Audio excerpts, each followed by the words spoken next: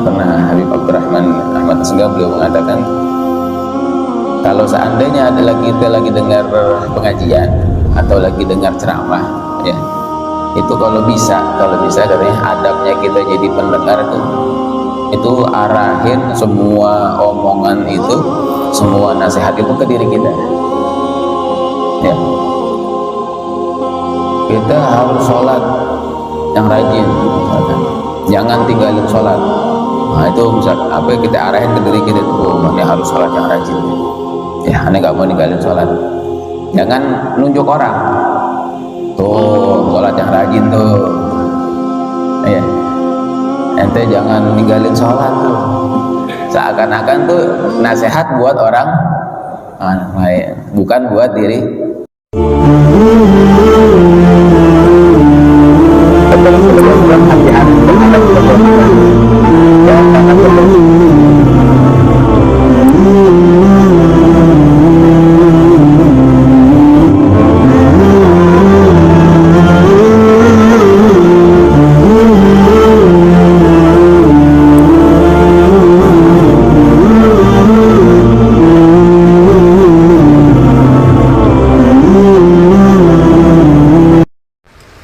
Jangan lupa tekan like, subscribe, dan lonceng. Bismillahirrahmanirrahim. Alhamdulillahirabbil alamin. Wassalatu wassalamu ala habibi rabbil alamin. Sayyidina wa habibina wa syafi'ina wa nuri qulubina nabiyyina Muhammadin wa ala alihi wa sahbihi ajma'in wa la hawla wa la quwwata illa billahil aliyyil azim. Subhanaka la ilma lana illa ma 'allamtana innaka antal alimul hakim. Rabbi shrah li sadri wa yassir li amri wa halul 'uqdatam min lisani yafqahu qawli bi rahmatika ya arhamar rahimin. Nawaitu ta'allum wa ta'lim wa tadhakkur wa tadhkir wa naf'a wal intifa' wal ifadata wal istifadah wal hatha ala tamassuk bi kitabillah wa sunnati rasulillah wa du'a ila al-huda wa dilala ala al-khair ibtigha amradatillah wa thawabihi wa qurbihi min Allah ta'ala. Nawaitu ma nawa bihi as-salafu salih. Faqala mu'alif rahimahullah wa nafa'ana bihi wa bi ulumihi fid darain amin. Wa fi khutbati Rasulillah sallallahu alaihi wasallam tuba liman syaghalahu aibuhu an uyubin nas wa anfaqa min malin iktasabahu min ghairi ma'siyah wa khalata ahlal fiqhi wal hikmah wa janaba ahlal zalali wal ma'siyah. Tuba liman dhalla fi nafsihi wa hasunat khaliqatuhu wa saluhat sariratuhu wa azala anin nasi syarruhu. Tuba liman amila bi ilmihi wa anfaqal fadla min malihi wa amsakal fadla min qawlihi wa wasi'athu sunnah wa lam ya'iduha ilal bid'ah. Wa fi khutbati Rasulillah sallallahu alaihi wasallam, dan di dalam khutbah Rasulullah sallallahu alaihi wasallam, tuba liman syaghalahu aibuhu an uyubin nas. Beruntunglah bagi siapa yang menyibukkan dia aibnya, yang dia sibuk dengan aibnya sendiri, an uyubin nas, dari aib-aib manusia. Wa anfaqa min malin iktasabahu min ghairi ma'siyah, dan dia menginfakkan dari hartanya yang ia peroleh, yang ia usahakan, tanpa diinfakkan tersebut, harta tersebut bukan di dalam kemaksiatan.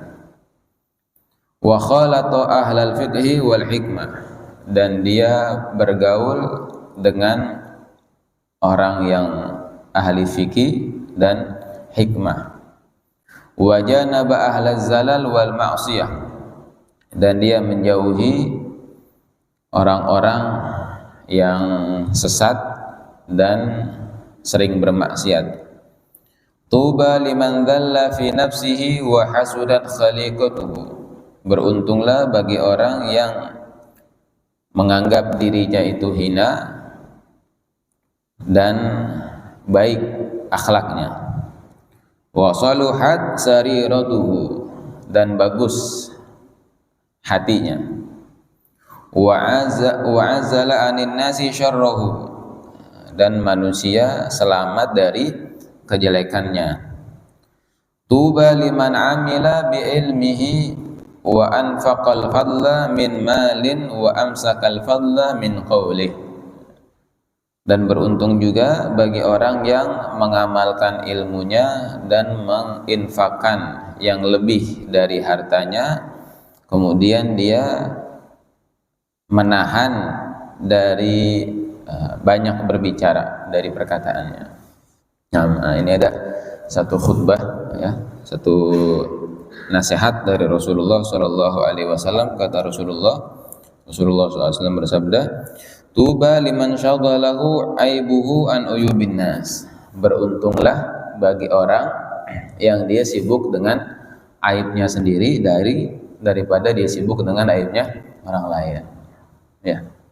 Nah, ini nasihat dari Rasulullah SAW, bahwasanya kata beliau, kalau kita sibuk dengan aib kita sendiri, ya, daripada kita sibuk sama aib orang lain, maka kata Rasulullah dia beruntung. Ya. Artinya enggak gampang nyari kesalahan orang lain. Dia lebih banyak koreksi dirinya sendiri daripada koreksi diri orang lain. Ya. Kalau kita kan kadang, makanya dikatakan adabnya kita ngedengar nasihat tuh apa namanya? Pernah Habib Abdurrahman Ahmad Asgaf beliau mengatakan, kalau seandainya kita lagi dengar pengajian atau lagi dengar ceramah, ya, itu kalau bisa katanya adabnya kita jadi pendengar itu arahin semua omongan itu, semua nasihat itu ke diri kita. Ya. Kita harus sholat yang rajin, misalkan. Jangan tinggalin sholat. Nah, itu misal apa kita arahin ke diri kita tuh, oh, ini harus sholat yang rajin. Ya, ane nggak mau ninggalin sholat. Jangan nunjuk orang. Tuh, sholat yang rajin tuh. Iya. Ente jangan ninggalin sholat tuh.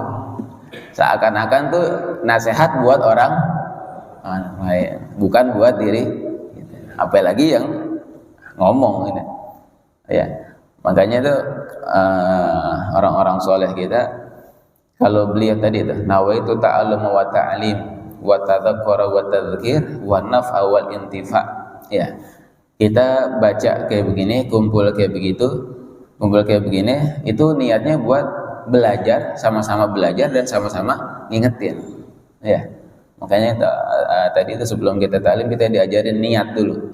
Ya, niat. Nawaitu ta'allum wa ta'lim, saya niat belajar dan mengajar, wa tadzakkura wa tadzkir, ya, dan saling mengingatkan, wa naf'a wal intifa, dan saling memberikan manfaat, wa naf'a wal intifa wal ifadata wal istifadah, dan kita mengambil faedah, ya, saling mengambil faedah, wal ifadata wal istifadah wal hatha ala tamassuk, kita sama-sama niat buat memegang teguh bi kitabillah, dengan kitabnya Allah, wa sunnati Rasulillah, dan dengan artinya itu buat kita semua, bukan yang ngomong nih bukan buat nunjuk sama orang, yang dengar juga bukan buat nunjuk sama orang. Jadi arahin semuanya sama diri kita. Ya. Nah, ini Al-Fakir baca ini diniatin buat diri. Oh, ini aneh nih orang yang banyak nyari aib orang lain, tapi aneh nggak sibuk sama diri sendiri. Ya, kita tujuin buat diri kita. Sebab kalau kita pas lagi dengar nasihat, kita lagi dengar ceramah, kita lagi dengar taklim, nunjuknya ke orang, diri kita belum kena deh. Ya. Nah, jadi biar manfaat ilmu itu lebih banyak, maka kita tunjukin buat diri kita sendiri. Karena memang kita banyak banyak kekurangan. Ya, kayak gini misalkan kata Rasulullah, tuh beruntung orang yang dia sibuk dengan aibnya sendiri dan dia nggak sibuk dengan aib orang lain. Nah itu kita nunjuknya diri sendiri. Nih, ente sibuk sih sama aib orang lain, nggak sibuk sama diri. Kita ngomong ke diri kita itu. Ya, ya Allah, ini kenapa sibuk sama orang lain ya? Sedangkan ini banyak kekurangan. Kalau itu apa ya? Nasihat itu bisa kena. Ya, tapi kalau kebalikannya, tuh ente sama orang aja sibuk ente. Tapi sama diri itu sendiri, atau ngomongin orang bisa, ente diri sendiri nggak bisa. Nah, itu buat orang lain. Jadi kita nggak ngerasa, kita nggak ngerasa yang dikatakan sama Rasulullah. Kalau kita sibuk sama orang lain, aib orang lain, nggak sibuk dengan diri kita sendiri, nah, itu nggak kurang beruntung. Ya, tapi kalau kita sibuk sama diri kita sendiri dan nggak sibuk dengan orang lain, itulah orang beruntung. Itu kita tujuin buat diri kita. Ya, biar kita ini lebih bagus lagi. Karena kalau kita nunjuk sama orang lain lagi, ya, ntar dia yang lebih bagus, malah kita yang kurang bagus. Ya. Nah, sedangkan nanti yang mempertanggungjawabkan kita di hadapan Allah ya kita kan, bukan orang lain. Ya, yang nanti sibuk akan berhadapan sama Allah itu kita sendiri, bukan orang lain. Ya. Nah, itu yang pertama kata Rasulullah, beruntunglah bagi orang yang menyibukkan dia apa yang dia jadi sibuk aibnya sendiri. Oh, aneh banyak kekurangan, aneh kurang sholatnya, aneh kurang ilmunya, aneh kurang akhlaknya. Ya, jadi kalau ada orang yang akhlaknya jelek, ada orang yang sekiranya kita nggak srek dengan dia, kita ambil pelajaran. Ya. Oh, aneh ngelihat dia begini, aneh nggak suka nih. Aneh jangan kayak begitu. Ya, kadang kan kita, iya nih dia orangnya begitu tuh, padahal diri kita begitu juga. Ya, ini orangnya akhlaknya kagak bagus, dia begini. Tapi kita nggak ngerasa, padahal kita akhlaknya sama kayak sama dia. Nah ini jangan. Ya, kalau begitu kita sering nunjuk ke orang lain, maka nanti diri kita nggak berubah jadinya. Ya, makanya kan kata suatu saat tuh Rasulullah kadang habis sholat beliau bilang, kalau bisa jangan ada di antara kalian yang ngabarin kejelekan yang lainnya. Ya, pernah kan kita sampaikan seperti itu. Biar hati saya kalau ketemu dengan orang ini selamat, nggak ada rasa nggak ngelihat aibnya dia, nggak ngelihat. Nah itu Rasulullah yang hatinya udah suci, yang udah bersih. Ya, nggak mau ngedengar sesuatu yang kurang bagus dari, bahkan termasuk dari mujahadahnya orang-orang soleh itu Habib Abdullah Al-Haddad yang kemarin kita ceritain, atau Habib Abdullah Al-Idrus Al-Akbar, ketika beliau mendidik anak beliau biar jadi orang yang luar biasa. Pernah kan beliau disuruh cari orang yang paling orang yang lebih rendah dari dirinya. Ya, saking ngedidik anaknya beliau tuh, coba ente cari, bawa ke sini, bawa pulang lagi makhluk Allah yang lebih hina dari ente. Oh gampang Mbak. Pulang dia keluar nyari deh orang. Ya, oh di luar ada tukang mabok nih. Lagi ada orang yang lagi mabok misalkan sekarang. Lihat, oh ini orang lebih hina dari ane. Dia mabok, ane nggak mabok, berarti ane lebih mulia dari dia. Ini ntar yang ane mau bawa. Pas lagi mau datang, dalam hatinya bilang, oh iya mungkin dia sekarang mabok, tapi siapa tahu akhirnya, kalau dia akhirnya dikasih hidayah sama Allah, dia jadi orang yang mulia, dia taubat. Saya belum tentu. Ya, saya sekarang mungkin kelihatannya soleh, kelihatannya masya Allah, tapi kalau dibalikin hatinya sama Allah, pas akhirnya jadi tukang mabok gimana? Nggak jadi. Oh iya, bukan berarti dia lebih mulia dari anda. Mudah-mudahan dia dapat hidayah. Datang lagi, lihat orang yang perempuan yang maksiat, ya yang mungkin penzina. Ini nih perempuan nih yang lebih hina dari dia, tiap hari kerjaannya zina dia. Datangnya pas udah mau datang lagi sama kayak tadi. Wah, mungkin dia ntar di akhirnya tobat, aneh, nggak tahu. Sampai akhirnya ketemu sama apa namanya, orang gila. Ya, ini orang gila, nggak apa namanya, udah kehidupannya begitu, dah udah kagak ada kemuliaan, kagak sholat, nggak apa. Tapi dalam hatinya bilang, oh ini orang gila, dia udah lepas tanggung jawabnya, udah nggak berakal. Mungkin dia dosanya lebih sedikit dari aneh dosanya lebih banyak.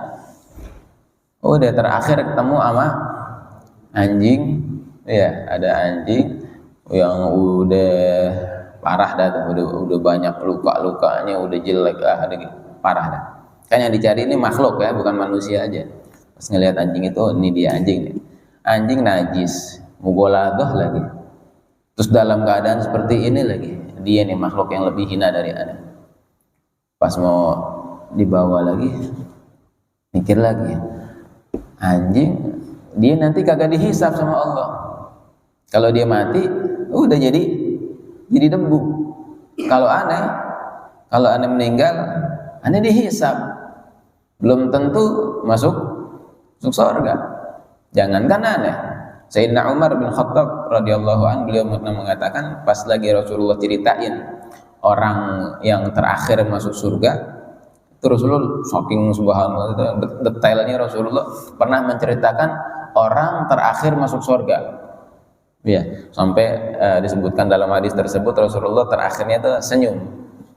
Ini orang terakhir masuk surga tuh udah parah banget dah tuh. Dari umat Rasulullah, sampai disebutin dari negeri mana itu, ya, sebutin. Tapi akhirnya dia tetap masuk surga. Habis dia di neraka digodok dulu, disiksa dulu, udah selesai, udah bersih, dimandiin di ma'ul hayah dikatakan ya, di air kehidupan. Habis itu dia selesai, masukin surga sama Allah. Masukin surga, dia karena udah banyak dosanya, pas dia mau dimasukin surga, nggak langsung dimasukin ke surga. Dia ditaruh dulu tempat yang udah pokoknya bukan di neraka aja, tempatnya adem. Kalau di neraka kan panas, tempatnya adem. Katanya hamba, alhamdulillah. Ini Rasulullah cerita ya dalam hadis panjang. Rasulullah cerita, katanya hamba ini alhamdulillah, ada udah kagak panas lagi. Bilang sama Allah, ya Allah cukup dah di sini aja dah. Katanya, kemarin ada panas banget, di sini udah adem, udah dah, nggak usah kemana-mana lagi ya Allah, udah di sini aja, jangan balikin. Terus lagi dia lagi ngadem gitu, dia ngelihat ada apa namanya, taman, ya kebun yang indah, di situ banyak buah-buahan, taman yang masya Allah. Dia ngelirik tuh, ya Allah ini tamannya siapa nih? Kira-kira kalau aneh ke situ enak kali ya, walaupun bukan punya aneh. Ya, minta dia sama Allah, ya Allah boleh nggak sih aneh ke situ tuh? Nggak di sini doang, di situ ngeliat pemandangan yang enak. Terus malaikat datang, Fulan kalau ente mau ke situ nggak apa-apa ya, datang. Bener nih nggak apa-apa nih, emang punya siapa? Udah ente datang aja, datang ke situ, ke taman tersebut. Waduh enak ya, aneh waktu di neraka diingetin nih. Waktu di neraka begini sekarang lagi, wah udah seger deh, ada taman yang indah, ya ada buah-buahan apa semua. Punya siapa sih ini, enak banget di sini. Ini orang yang terakhir masuk surga, antara ceritanya sampai Rasulullah tersenyum. Ya Allah ini punya siapa ya? Pas udah ngelihat begitu, lagi ada di taman seperti itu, dia ngelihat bangunan yang kokoh, yang tinggi. Apa namanya? Kayak istana gitu. Pasti ngelihat nih, bangun punya siapa ini, istana gede banget, pasti punya orang yang amalnya luar biasa. Kalau orang kaya aneh nggak mungkin dah dapat kayak begini nih. Tapi ya boleh kali deket-deket situ, deket pintunya aja. Ya mau deketin ini pintu istana nih, boleh gak ya sama Allah ya? Minta. Allah kan maha baik, ya Allah kan maha dermawan. Ya Allah ini indah banget sih, ini punya siapa sih? Anda mau deketin pintunya aja. Kan silakan aja, nggak apa-apa, deketin situ aja. Ini datang lagi ke situ, pintunya gede banget, pintunya gede, bangunannya luar biasa. Enak banget nih di sini ya, punya siapa ya nih? Gak mungkin punya aneh nih. Yang penting aneh ada di sini udah nikmat dah. Ya, udah adem, udah tamannya masya Allah, udah indah. Naik pintu kegeser dikit. Ya, pintu itu geser dikit, dia ngintip di dalamnya, ya Allah, benar-benar istana, ya nikmat di situ ada. Oh, nikmat banget yang punya bangunan nih. Punya siapa sih ini bangunannya? Nanti ini orang minta lagi sama Allah, ya Allah, ini punya siapa sih? Boleh gak dimasuk dikit aja, dikit masuk, ya masuk dikit aja boleh gak? Dia minta, pintunya kebuka, kata malaikat, masuk ke situ. Boleh nih, boleh masuk sini, boleh masuk situ. Wah, Allah, dia ngelihat apa, istana yang luar biasa, dalamnya ada emas, ada perhiasan semuanya dia tuh ya. Dikatakan surga tuh, makanya dikatakan oleh Sayyidina Imam Hasan Al-Basri, kalau seandainya orang yang berakal, dia akan memilih, misalkan disuruh dikasih pilihan, mau pilih emas yang enggak abadi, dia dikasih emas, tapi emas ini bakalan habis, ya bakalan rusak, atau batu bata yang bakalan kekal.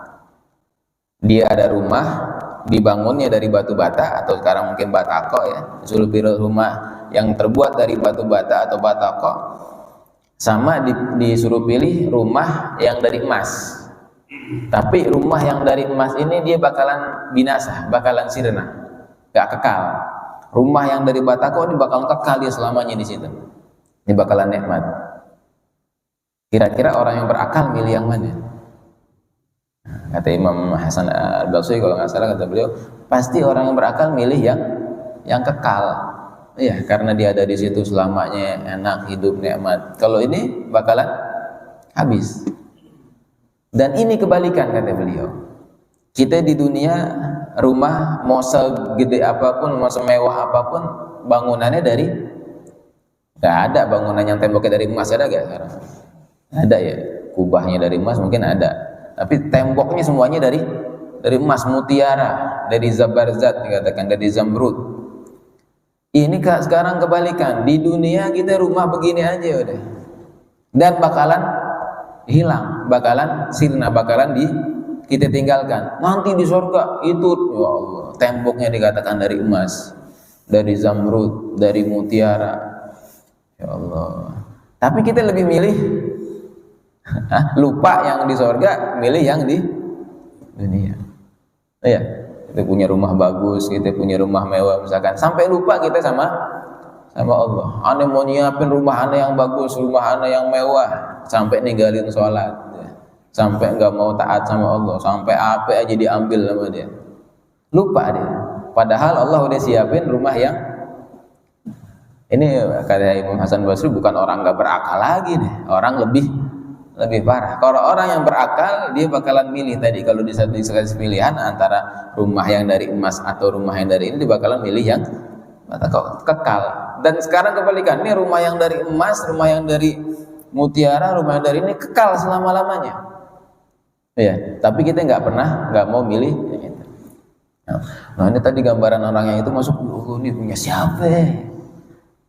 Malaikat bilang, Fulan, dosa ente ini diampunin sama Allah. Ente umatnya Nabi Muhammad, ini surga buat ente. Kaget nih hamba ini bilang, bercanda ente. Langsung hamba ini bilang, ya Rabb, ya Allah, anta arhamur, engkau adalah zat yang maha pengasih, maha penyayang. Masa atas tahzi'u bihi, katanya. Engkau jangan ngejek saya, katanya. Seakan-akan saking nggak percayanya nih, karena di banyak dosa dikasih sama Allah surga yang seperti itu. Ya Allah, jangan ngejek aneh dah, dosa aneh banyak, ya. Tapi surganya luar biasa. Makanya dikatakan Rasulullah hatta dhahikat Rasulullah hatta badat nawajiduh. Rasulullah pas lagi dengar nih hamba bilang, atas tahzi'u bi ya Rabb wa anta rabbul alamin, engkau ngejek saya, engkau kan Tuhan semesta alam, kok ngejek begini sih, saya jadi malu. Ya. Ketawa Rasulullah ketawa karena melihat rahmatnya Allah Subhanahu wa taala sama umatnya Nabi Muhammad SAW. Dan dikatakan ini umat terakhir, manusia terakhir masuk surga, dan surganya luar biasa seperti itu. Gimana orang yang pertama? Tapi coba lihat, yang kita mau ambil pelajaran di sini ada perkataan Sayyidina Umar. Ketika mendengar seperti itu, Sayyidina Umar malah nangis. Sayyidina Umar, terus sahabat yang lain bilang, ya Umar, kenapa engkau menangis? Iya. Seandainya aneh jadi orang itu dia.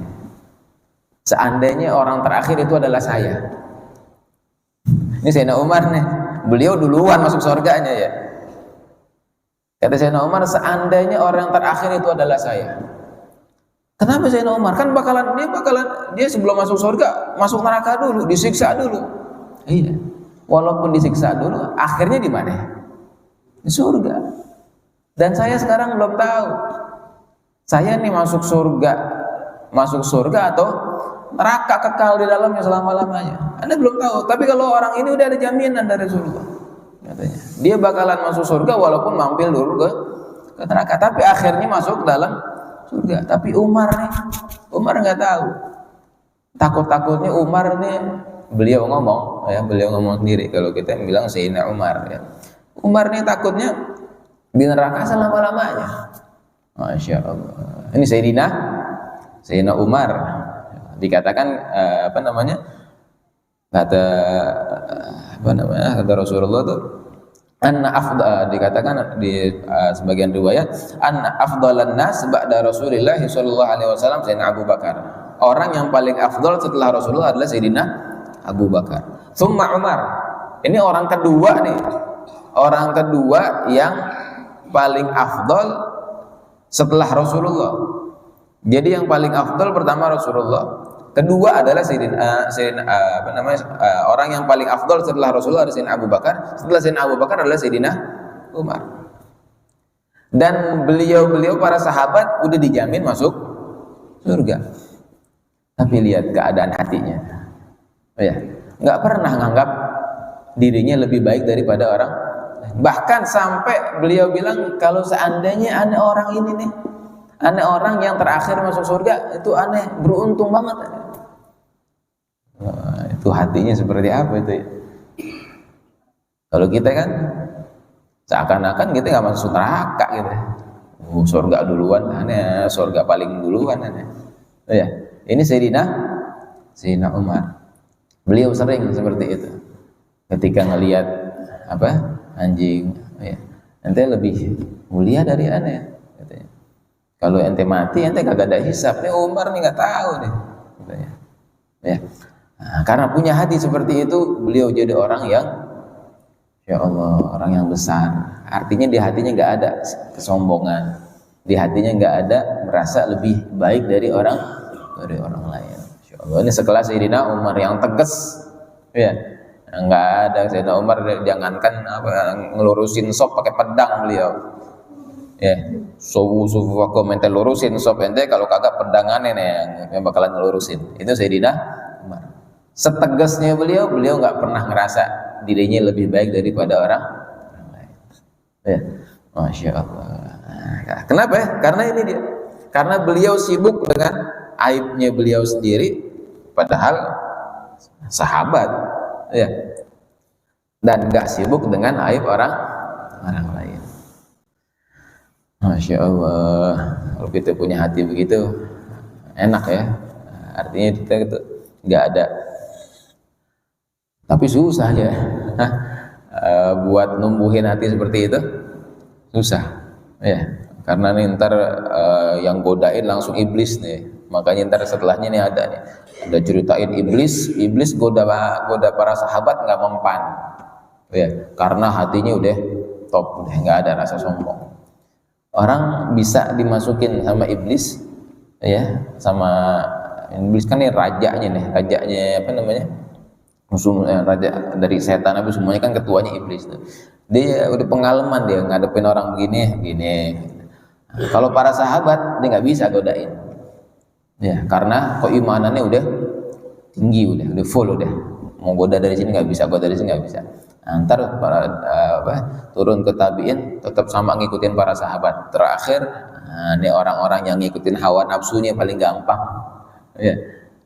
Tuh orang lebih jelek dari dia, emang dia begitu tuh orang, anda lebih afdal dari dia. Gampang tuh iblis masukin tuh ya, anda lebih, iblis tuh gampang masukin kayak begitu. Tapi kalau para sahabat enggak. Para sahabat selalu berbaik sangka dengan makhluknya Allah yang lainnya, dan dia menganggap dirinya itu yang paling hina. Masya Allah. Ini yang pertama kata Rasulullah. Yang kedua, wa anfaqa min malin iktasabahu min ghairi maksiyah. Dia dapat harta, kemudian dia infakkan, dia keluarkan harta tersebut bukan di jalan yang maksiat. Kita kan kadang gini ya, kita ngerasa kadang ujian cuma susah aja. Ya Allah, ini susah banget nih, nggak punya duit nih, utang banyak.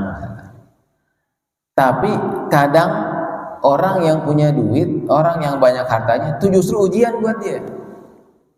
Berapa banyak orang yang pengen maksiat karena dia nggak punya duit, ya nggak bisa dia ke diskotik. Iya. Orang yang nggak punya duit, ya nggak bisa dia main perempuan. Iya. Orang nggak punya duit, nggak bisa. Tapi kalau orang yang punya duit, tapi dia kagak ada imannya, ya, dia nggak punya ilmunya, ya gampang aja dia maksiat. Ya, makanya cobaan itu bukan cuman kita lagi susah. Ketika kita lagi berjaya, ya, menurut kacamata zahirnya kita lagi berjaya, kita lagi banyak harta, itu juga ujian. Kita lagi susah, kita masih bisa dekat sama Allah apa enggak? Dan lagi banyak duit, lagi berjaya, ya lagi banyak harta, bisa makin dekat sama Allah apa enggak? Patokannya kan itu. Ya, patokannya selama kita hidup ini kita masih bisa dekat sama Allah baik dalam keadaan susah ataupun senang. Ya. Orang yang ketika dia banyak hartanya, kemudian atau bukan cuma orang yang banyak hartanya, ya bahkan orang yang pas-pasan lagi, ya, kalau dia keluarin hartanya dia bukan di jalan maksiat, maka itu beruntung kata Rasulullah. Karena harta nanti kan ditanya, ya, min aina iktasabahu wa ila aina anfaqahu. Harta kita ini bakalan ditanya, kita dapat dari mana, kita keluarin ke mana. Ya. Kalau kita dapat dari yang halal, alhamdulillah. Tapi dikeluarin yang haram, itu ntar jadi pertanyaan lagi. Ya, kita dapat dari yang halal, keluarin yang halal, cakep tuh. Tapi kalau kita dapat dari yang haram, keluarin yang haram, double lagi datang. Ya. Nah, ini kata Rasulullah, orang yang mengeluarkan hartanya, ya, dia keluarin bukan di jalan maksiat, ya. Kita dapetin dari yang halal, kita keluarin juga ke yang halal. Memang tadi itu harta, uang itu ujian, ya, ujian buat kita. Kita dapat dari yang mana? Kadang kan kita susah buat milah-milihnya. Udah ambil aja dah, terus keluarin di sini enggak. Makanya kita minta sama Allah, mudah-mudahan Allahumma aghnina bihalalika an haramik. Ya Allah, cukupkanlah aku ini dengan yang halal dari yang haram. Karena ntar berat. Ya, cuma numpang lewat tapi hisabnya dapat harta. Kan numpang lewat doang nih. Apa kita habisin semuanya tuh. Kadang kan kita buat ini. Cuma numpang lewat doang. Tapi ntar pertanyaannya, insyaallah. Ya, yang kedua kata Rasulullah, orang yang mengeluarkan hartanya bukan di dalam kemaksiatan.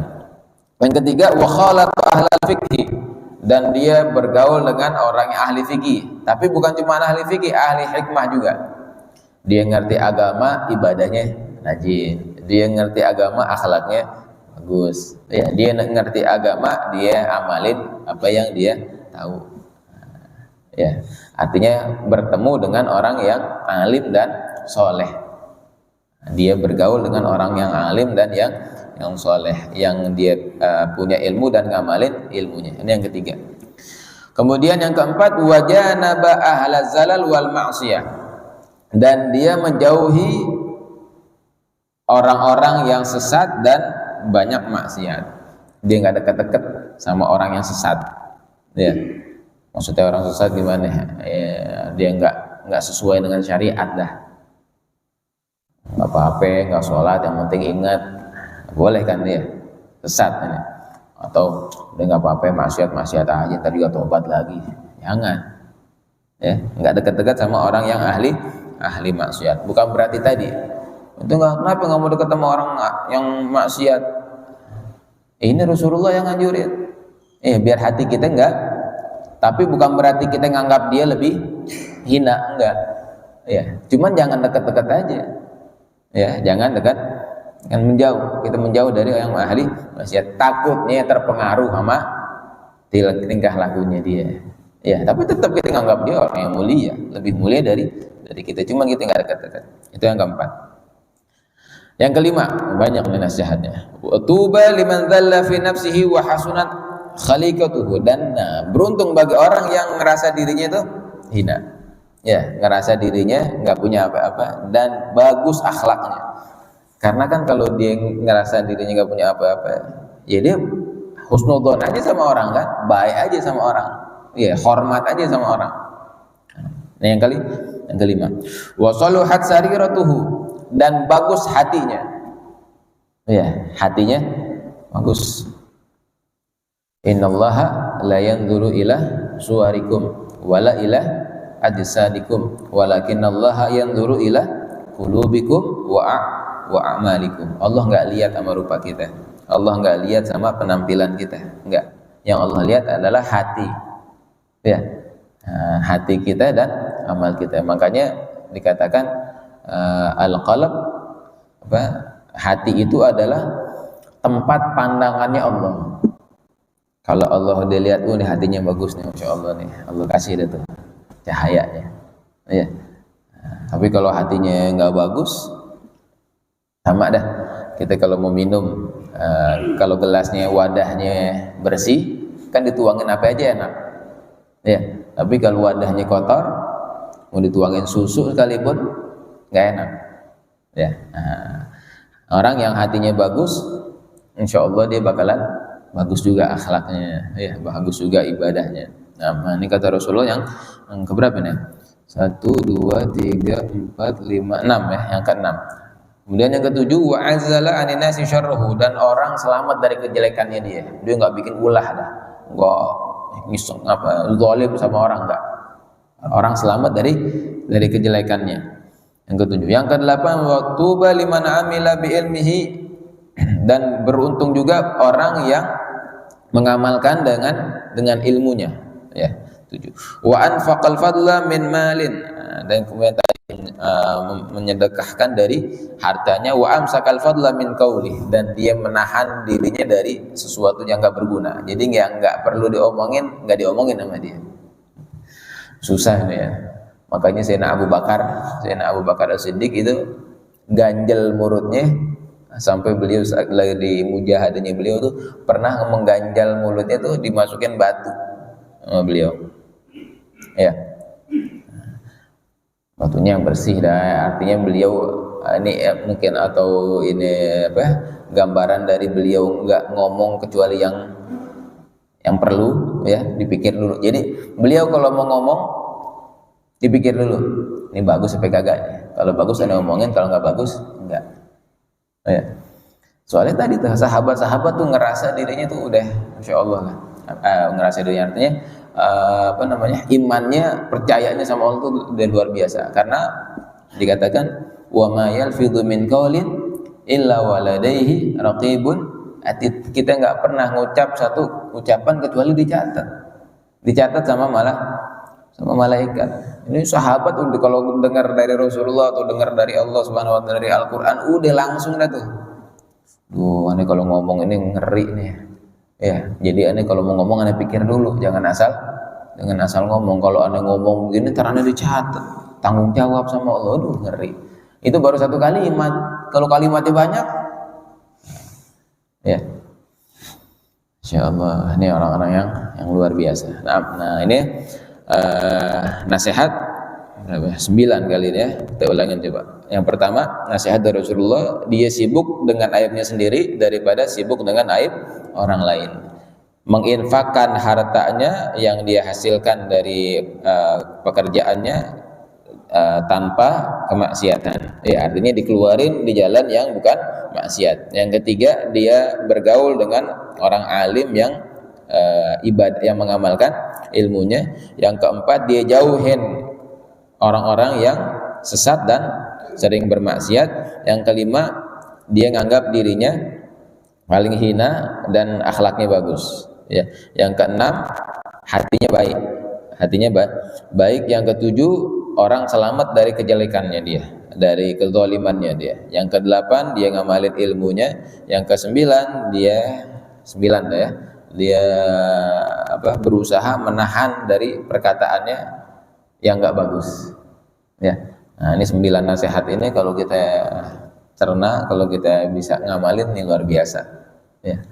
Mudah-mudahan kita bisa ngamalin walaupun belum semuanya, dikit-dikit dah. Nah, mungkin ini aja yang bisa kita sampaikan. Udah jam 5.31. Terbit di berapa nih? 25 ya. Mungkin ada pertanyaan dulu. Ayo, ada yang mau ditanyain? Ya.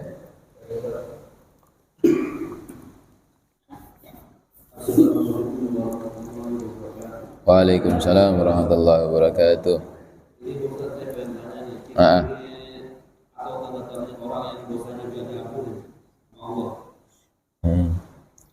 Ciri-ciri atau tanda-tanda dosa diampunin sama Allah Subhanahu wa taala. Kita belum tahu ya. Iya, memang ada ciri-cirinya, tapi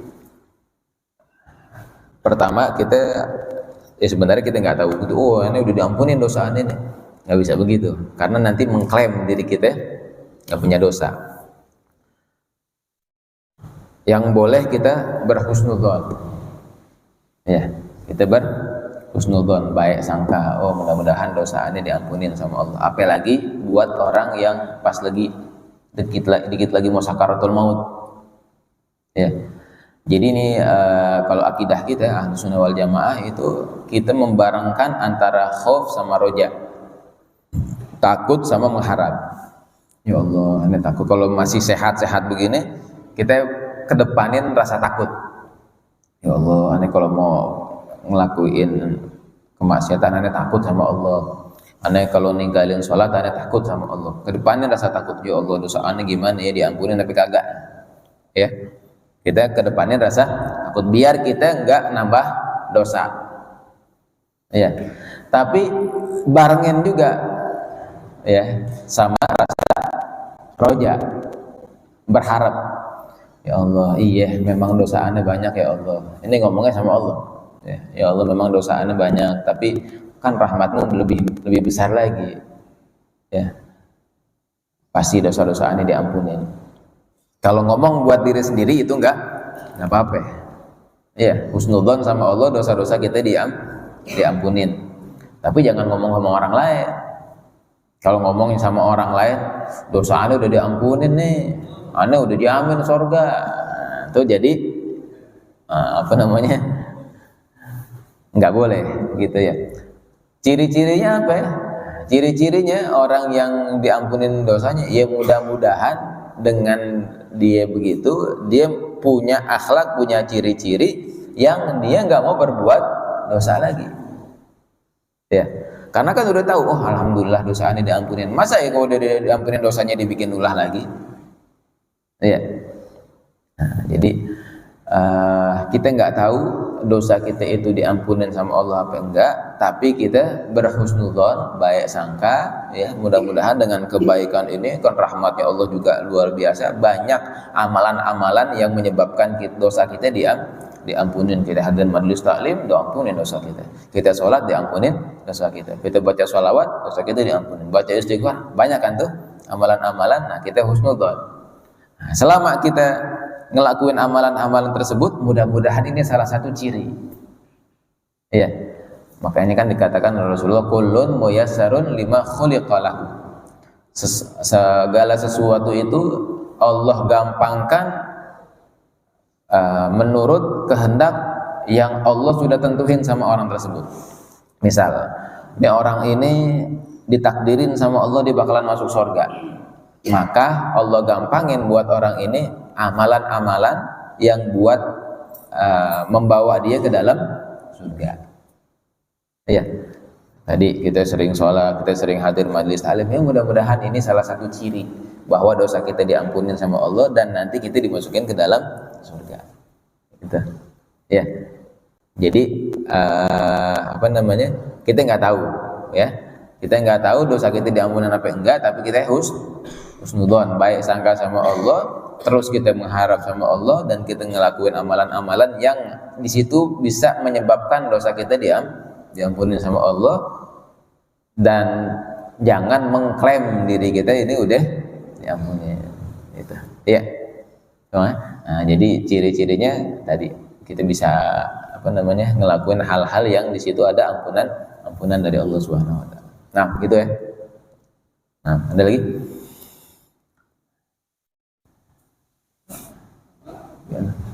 Ayo. Yang lain dulu. Ntar Mang Budin dulu, Mang Budin terakhir, Mang Budin. Ayo, mana? Oh, sekarang. Mang Budin, ayo, Mang Budin.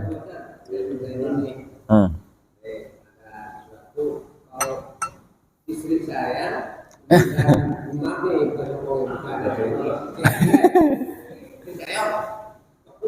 beribadahnya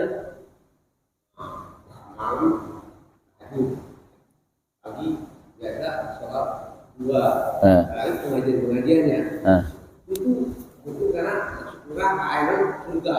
Kalau saya kena neraka, entah kira-kira saya bisa diambil, saya enggak. Aku nih, saya bisa diawasi. Rumah saya itu kan kamu kalau dikatakan gini enggak. Bagaimana kan? Istrinya soleha, suaminya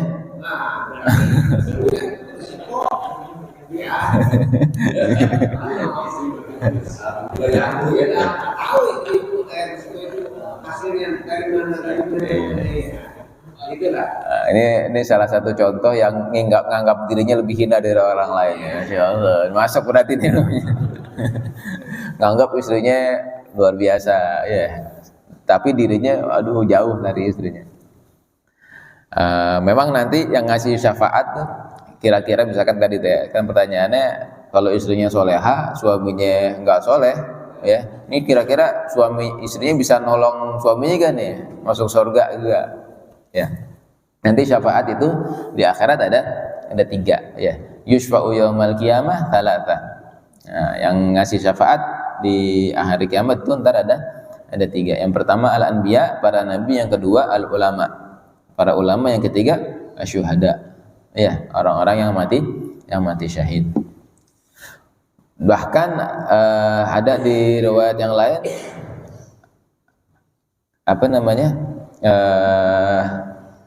teman sama teman itu juga bisa memberikan syafaat, ya. Manusia biasa,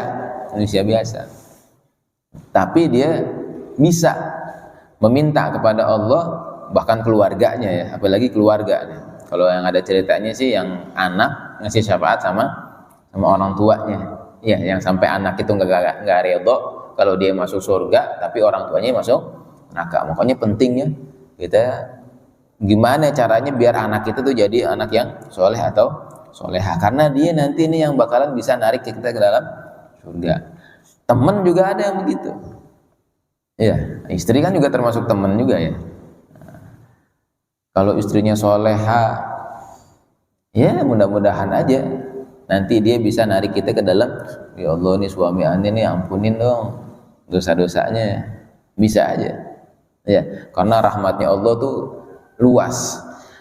Karena tadi Allah mau merealisasikan cita-citanya Rasulullah, ya. Rasulullah kepengen semua umatnya masuk surga, gimana pun caranya, ya. Makanya ada syafaat dari Rasulullah, ada syafaat dari para ulama, ada syafaat dari para syuhada, orang-orang mati syahid, ada syafaat dari keluarga, ya. Dari syafaat-syafaat ini, dari pertolongan-pertolongan ini, itu sebab aja, sebab yang gimana caranya Rasulullah ntar seneng. Kan Rasulullah kagak seneng, Rasulullah tuh sedih kalau ada umatnya yang ada di dalam neraka. Makanya di berbagai macam cara, gimana caranya bisa menyelamatkan umatnya Rasulullah dari api neraka. Ya, nah, intinya bisa aja ya istri yang solehah memberikan syafaat sama suami yang nggak soleh. Tapi mumpung kita masih ada di sini, kita juga berusaha jadi suami yang soleh. Ya, istri aja bisa solehah, masa suaminya nggak bisa soleh? Tergantian dah, suaminya aja pakai jilbab dah ya, istrinya. Karena pada dasarnya itu harusnya yang lebih gampang buat soleh itu laki. Karena yang menjadi orang-orang luar biasa itu kebanyakan laki-laki. Para sahabat luar biasa, ya orang-orang soleh yang banyak orang-orang wali kutub tuh, orang-orang pemimpin para wali kebanyakan laki-laki. Ya. Nah, ya. Jadi mungkin aja bisa aja ya istri memberikan syafaat sama suaminya dengan doa-doanya, ya dengan doa yang tadi doain sama mudah-mudahan. Tapi ya kita juga harus nyadar diri juga. Ya, wah suami istri aneh udah masya Allah nih udah solehan nih, masa aneh kalah sama dia. Harusnya gitu.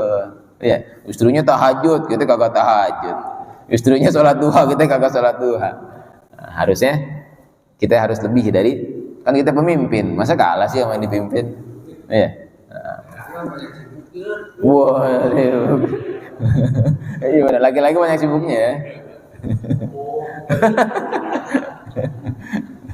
Baru bilang tawadu ya kan sama orang. Kita ngomongin deh. Ada lagi? 29, 12, 43. Dikit lagi nih, ayo. Satu pertanyaan lagi. Ayo, Ayo.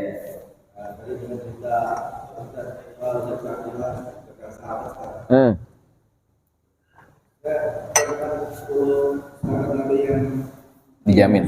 Ya. Oh iya. Oh, ngapalin namanya ya berarti. Asyarah mubasyirin bil jannah. Ada 10 sahabat yang dijamin masuk surga. Berarti 10 sahabatnya doang dong yang masuk surga? Enggak. Iya, semua sahabat tuh dijamin masuk surga. Cuman ada satu kesempatan Sayyidina Abu Bakar surga, Sayyidina Umar, itu Rasulullah langsung sebutin. Kamu kalau mau lihat ahli surga, ini bakalan ada ini. Misalkan lagi di masjid, ini ya, sebentar lagi ada satu orang yang dijamin masuk surga sama Allah. Datang sahabat fulan. Banyak ya. Ketika itu Rasulullah nyebutin siapa-siapa. Nah, ada 10 yang sahabat yang khusus ya, yang khusus lagi disebutin sama Rasulullah. Kalau Al-Fakir masih ingat juga ini ya. Yang pertama Sayyidina Abu Bakar, Sayyidina Umar, Sayyidina Utsman, Sayyidina Ali, udah pasti itu ya, yang 4 itu. Kemudian Sayyidina Abu Ubaidah, Sayyidina apa lagi? Sa'ad bin Abi Waqqas, masalah. Sayyidina Abdullah bin Zubair, Asyarah mubasyirin bil jannah, lupa lagi 2 lagi nih. Ada 10 ya. Siapa lagi? Sayyidina Abdurrahman bin Auf. Apa lagi lupa ada. Sayyidina Talha bin Ubaidillah. Ya, Sayyidina Talha. Nah, jadi 10 orang ini, 10 sahabat ini itu khusus lagi, lebih khusus lagi dikabarin sama Allah. Tapi keumuman ya, keumuman para sahabat itu sudah dijamin, dan ini termasuk akidah ya. Akidah Ahlus Sunnah wal Jamaah dikatakan tadi meyakini paling afdalnya manusia adalah Sayyidina Abu Bakar, kemudian Sayyidina Umar, Sayyidina Utsman, Sayyidina Ali, kemudian wa ayyuhsinadzan bi jami'i sahabah. Ya, kita harus husnudzan sama semua sahabat, baik sangka sama semua sahabat. Wa yuthni alaihim kama athnallahu azza wa jalla wa rasuluhu sallallahu alaihi wasallam ajmain, dan kita memuji para sahabat sebagaimana Allah memuji dan Rasulullah juga memuji. Ya. Keumuman para sahabat dipuji sama Allah, radhiyallahu anhum wa radu'an. Ya, Allah ridho sama semua, bukan 1 atau 10 aja, ya. Allah ridho sama semua sahabat, dan sahabat semua juga ridho sama Allah. Jadi kalau kita ngomongin sahabat, udah ngomongin yang baik-baiknya, yang kita puji-puji. Jangan ntar ada aliran sesat juga, ya, jelek-jelekin sahabat. Tuh sahabat ini masuk neraka, kafir. Nah, jangan diikutin gitu. Ya, semua sahabat mulia. Bahkan dikatakan debuknya sahabat aja tuh lebih mulia daripada yang bukan sahabat. Jangankan debu yang nempel sama sahabat, debu yang nempel sama kudanya sahabat. Makanya pernah Sayyidina Imam Hasan Al-Basri kalau nggak salah. Imam Hasan Al-Basri kan ini kan pemimpinnya tabi'in. Tabi'in tuh yang setelah sahabat. Ya, ngelihat sahabat tapi nggak ngelihat Rasulullah. Ini disebut zaman tabi'in. Ketemu sama sahabat tapi nggak ketemu sama Rasulullah. Ketika ditanya, ya Sayyidina Hasan Al-Basri, engkau lebih mulia mana? Engkau sama sahabat yang paling kecil. Iya, sahabat yang paling rendah lah misalkan. Paling derajat yang paling di bawah. Kata Sayyidina Hasan Al-Basri, jangankan sahabat yang paling rendah. Ini orang alim, Hasan Al-Basri. Orang alim, orang pinter. Jangankan sama sahabat, sama debu yang nempel sama gudanya sahabat, saya nggak ada apa-apanya katanya. Ya, jadi sahabat tuh orang luar biasa semuanya. Udul, orang-orang yang adil, ya. Nah, jadi jangan sekali-sekali kita ngomong tentang sahabat yang jelek, jangan. Ya, nah, semuanya sahabat bagus. Tapi ada sahabat-sahabat yang tadi khusus lagi, ya, 10 orang itu. Nah, ada lagi? Siapa? Sayyidina Bilal. Nah, itu dia kan. Dari 10 ini kok Sayyidina ini enggak ada, Sayyidina ini enggak ada. Ada keutamaan yang lain. Jadi di satu kesempatan Rasulullah nyebutin, satu kesempatan lagi ada. Jadi bukan cuma kan 10 sahabat kan banyak. Makanya dikatakan tuh sahabat jumlahnya kata para ulama ya, itu 124.000. Ya, 124.000, bukan semua 10 orang. Iya. Sayyidina Bilal kok nggak ada di situ? Iya, ada kabar yang lain. Tadi tuh yang sendalnya duluan. Iya, orang ada di dunia, sendalnya udah ada di sorga. Atau sahabat-sahabat yang lain, bahkan yang mungkin kita kagak kenal. Sayyidina Nuaiman. Ya. Namun yang bikin Rasulullah ketawa mulu, yang lucu. Masuk surga. Semua sahabat pokoknya masuk surga. Ya. Nah, ada lagi? Sekali lagi bukan berarti yang enggak disebutin 10 itu enggak masuk surga. Semuanya masuk surga, punya keutamaan sendiri. Sayyidina Abu Hurairah kok enggak ada? Ya enggak, Pak. Karena ada keutamaan yang sendiri yang lain. Ya. Ya. Ada lagi? Udah kali cukup. Cukup lah ya. Udah jam 5.48 udah lewat. Wallahu a'lam bishawab. Kita baca Al-Fatihah. Ya, udah mulai diserang lagi nih ya. Udah mulai saudara-saudara kita yang ada di Palestina udah mulai diserang-serang lagi nih. Ya, kita doain ya Allah. Dikirain deh selesai udah. Tapi masih berlanjut lagi. Kita baca Al-Fatihah. Yang pertama, kita niatkan mudah-mudahan ilmu yang kita pelajarin menjadi ilmu yang manfaat, ilmu yang barakah, yang mendekatkan kita kepada Allah, mendekatkan kita kepada Nabi Muhammad SAW. Yang kedua, kita niatkan juga mudah-mudahan dengan Fatihah ini semua hajat-hajat kita dikabulkan oleh Allah Subhanahu wa taala, hajat dunia dan hajat akhirat. Yang ketiga, mudah-mudahan kalau ada yang sakit di antara kita, Allah sembuhkan penyakitnya. Dan yang keempat, lebih khusus kita khususkan Al-Fatihah ini buat saudara-saudara kita yang ada di Palestina. Mudah-mudahan Allah Subhanahu wa taala jaga, mudah-mudahan Allah Subhanahu wa taala lindungi, dan mudah-mudahan Allah Subhanahu wa taala menangkan perjuangannya. Ala hadhihi niyyah wa ala kulli niyatin salihah wa kama waslafuna salihun qiraatul Fatihah wa ila hadratin Nabi Muhammadin sallallahu alaihi wasallam. Al-Fatihah. A'udzu billahi minasyaitonir rajim. Bismillahirrahmanirrahim. Alhamdulillahi rabbil alamin arrahmanir rahim maliki yaumiddin إياك نعبد وإياك نستعين اهدنا الصراط المستقيم صراط الذين أنعمت عليهم غير المغضوب عليهم ولا الضالين آمين واعف عنا يا كريم واعف عنا يا رحيم ربنا تقبل منا إنك أنت السميع العليم تب علينا إنك أنت التواب الرحيم اللهم انصر إخواننا المجاهدين في فلسطين اللهم انصر إخواننا المسلمين في فلسطين اللهم انصر إخواننا المسلمين في فلسطين ربنا آتنا في الدنيا حسنة في الآخرة حسنة وقنا عذاب النار وصلى الله على سيدنا محمد النبي الأمي وعلى آله وصحبه وبارك وسلم دعواهم سبحانك اللهم تحية فيها سلام وآخر دعواهم الحمد لله رب العالمين سبحانك اللهم وبحمدك أشهد أن لا إله إلا أنت أستغفرك وأتوب إليك والعفو منكم السلام عليكم ورحمة الله وبركاته